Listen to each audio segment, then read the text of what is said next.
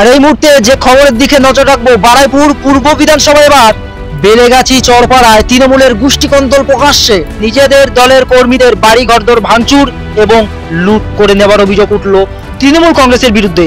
আরো একবার জানিয়ে রাখি, দিদির রাজ্যবার তৃণমূলের গোষ্ঠীকন্দল প্রকাশ্যে, সেই ছবি এক্সক্লুসিভ দেখাচ্ছে আপনাদের। আজ বেলেগাছি চরপাড়ার এলাকার মানুষ আতঙ্কে, তারা চিন্তিত, তারা ভেঙে পড়েছে। কার কাছে এই অভিযোগ জানাবে? এই মুহূর্তে আরো একটা অভিযোগ যে ওইখানকার লোকাল নেতৃত্বরা এবং পুলিশ প্রশাসনের চাপে পড়ে এখনো পর্যন্ত যারা ক্ষতিগ্রস্ত হয়েছে তারা কোনো রকমের মুখ খুলতে পারছে না ভয়ে। একেবারে বেলেগাছি চরপাড়ায় তৃণমূল কংগ্রেসের গোষ্ঠীকন্দল প্রকাশ্যে, দিদির রাজ্যে এবার তৃণমূলের গোষ্ঠীকন্দল প্রকাশ্যে, সেই ছবি দেখাচ্ছে আপনাদের এক্সক্লুসিভ। এই মুহূর্তে আরো একবার জানিয়ে রাখি, বেলেগাছি চরপাড়ার এলাকায় তৃণমূলের গোষ্ঠীকন্দল প্রকাশ্যে। নিজেদের দলের কর্মীদের বাড়ি ঘরদোর ভাঙচুর এবং লুটপাট করার অভিযোগ তৃণমূল কংগ্রেসের বিরুদ্ধে, সেই ছবি এক্সক্লুসিভ দেখানো হচ্ছে আপনাদের। তৃণমূল কংগ্রেসের গোষ্ঠীকন্দল প্রকাশ্যে, এলাকাবাসীর অভিযোগ রাতের অন্ধকারে বাড়ি ঘরদোর ভাঙচুর চালায়। এই মুহূর্তে তৃণমূল কংগ্রেসের নেতৃত্বরা, যারা লোকাল নেতৃত্বরা রয়েছেন, তারা কি বলছে শোনাবো।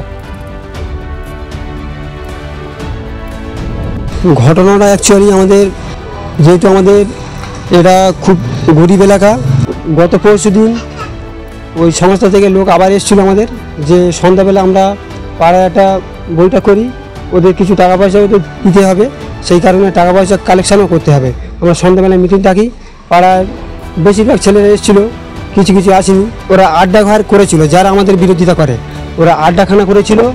ওই আড্ডাখানায় ওরা সবসময় মদ তাড়ি জুয়া বাজি হ্যান ত্যান ওরা এইসব নিয়ে ব্যস্ত থাকে, চোরটা ভর্তি ওখানে। কিছুদিন আগে একটা মোটর ভ্যান, একটা গরিব লোক মোটর ভ্যান নিয়ে মাটি কেটে খায়, তার ভ্যানটি চুরি করে নেয়।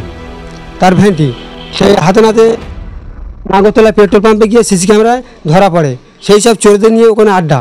তো যাই হোক, এখন ওই আড্ডাখানায় আমাদের যারা বিরোধিতা করে তারা সবাই ওখানে ছিল। আমি এখানে কী কথাটা বলছি শোন, যেমন সাবির, জুলো, রাজেশ, তারপরে ওই হাসু, জুলফিকার মিস্ত্রি, এরা অনেকজন ছিল ওখানে। তারপরে নাম ধরে বললাম যে সবাইকে একটা করে বলছি। এবারে ওদের মধ্যে সাবি বলে একটা ছেলে, ও এবারে মেজাজ দিয়ে কথা বলছে, কাঁচা মেরে উঠেছে আমাদের মারবে বলে। যেহেতু ওরা আগে থেকে ওরা আমাদের বিরোধিতা করে, ওরা সব ওখানে ওই আড্ডাখানার ভেতরে লাঠি ফাটি রড ফাট নিয়ে সবসময় ওখানে রেখে দিয়েছে।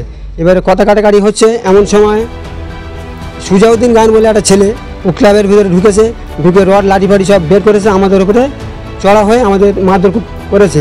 আমাদের মজ্জেন এবং আমাদের ওই শরিকুল লস্কর, আমার একটা ভাগনা হয় শরিকুল লস্কর, ওদের মারধর করেছে। করার পরে এবার আমরা ওখান থেকে চলে এসেছি। চলে আসার পরে গ্রামের প্রধান আসলো, প্রধান আসার পরে সবাইকে ঠেকিয়ে দিয়েছে।